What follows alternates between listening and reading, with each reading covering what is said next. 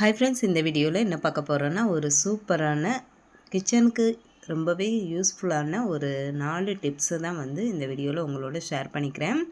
வீடியோவை ஸ்கிப் பண்ணாமல் பாருங்கள். இப்போ வாங்க வீடியோக்குள்ளே போய் பார்க்கலாம்.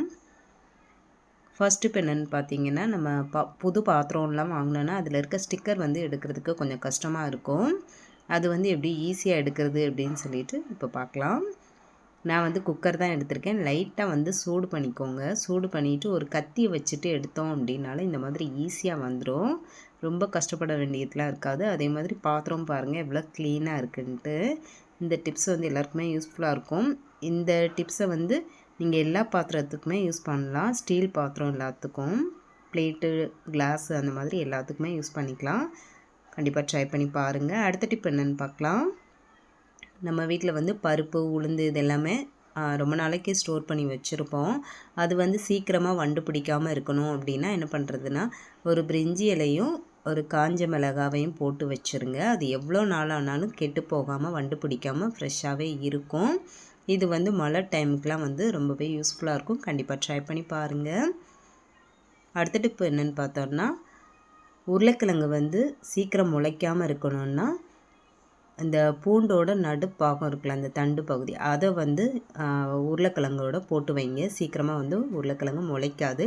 அதே மாதிரி நம்ம வந்து வெங்காயத்தோட உருளைக்கிழங்கு போட்டு வைக்கக்கூடாது.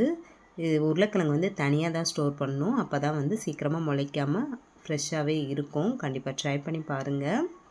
அடுத்த டிப் என்னென்னு பார்த்தீங்கன்னா, நம்ம வீட்டில் வந்து வேஸ்ட்டாக தூக்கி போடுற பொருட்களை வச்சு ஒரு யூஸ்ஃபுல்லான டிப்ஸ் தான்.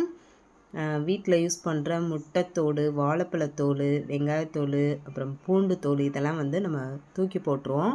அதெல்லாம் வேஸ்ட் பண்ணாமல் மொத்தமாக ஒரு இடத்துல வந்து நல்லா காய வச்சுருங்க. நல்லா மொறு மொறுன்னு காஞ்சதுக்கு அப்புறமா இதை கொஞ்சம் கொஞ்சமாக சேர்த்து மிக்ஸி ஜாரில் அரைச்சி எடுத்துக்கலாம். இது சேர்த்து அரைக்கிறதுனால மிக்ஸி ஜார் வந்து வேஸ்ட் ஆகாது. பிளேடு வந்து நல்லா ஷார்ப் ஆகும். முட்டைத்தோடுலாம் சேர்த்து அரைக்கிறதுனால நல்லா காஞ்சிருக்கிறதுனால அரைக்கிறதுக்குமே வந்து ரொம்ப ஈஸியாகிடும். ரொம்ப டைம்லாம் எடுக்காது, டக்குன்னு அரைச்சிரும். முட்டைத்தோடு வந்து இந்த மாதிரி கையால் உடச்சி விட்டுக்கோங்க. உடச்சி விட்டுட்டு அரைச்சி எடுத்துக்கலாம். கொஞ்சம் கொஞ்சமாக போட்டு அரைச்சி எடுத்துக்கோங்க. இந்த மாதிரி அரைச்சதுக்கப்புறமா ஒரு டப்பாவில் வந்து ஸ்டோர் பண்ணி வச்சுக்கலாம். இது வந்து எவ்வளோ நாள் ஆனாலும் கெட்டு போகாது. செடிகளுக்கு வந்து ரொம்பவே சூப்பரான ஒரு உரம்னு சொல்லலாம். இது 15 நாளைக்கு ஒரு டைம் இந்த அளவு கொஞ்சோன்னு போட்டால் போதும். நல்ல பூக்களும் பூக்கும். காய்கள் காய்க்கிறதா இருந்தால் அந்த மாதிரி காயும் நல்லா காய்க்கும். செடிகளும் சூப்பராக வளரும். நல்ல ஒரு உரம் இது. வேறு நீங்கள் எந்த உரமுமே செடிகளுக்கு போட வேணாம். சூப்பரான டிப்ஸு. கண்டிப்பாக ஃபாலோ பண்ணி பாருங்கள்.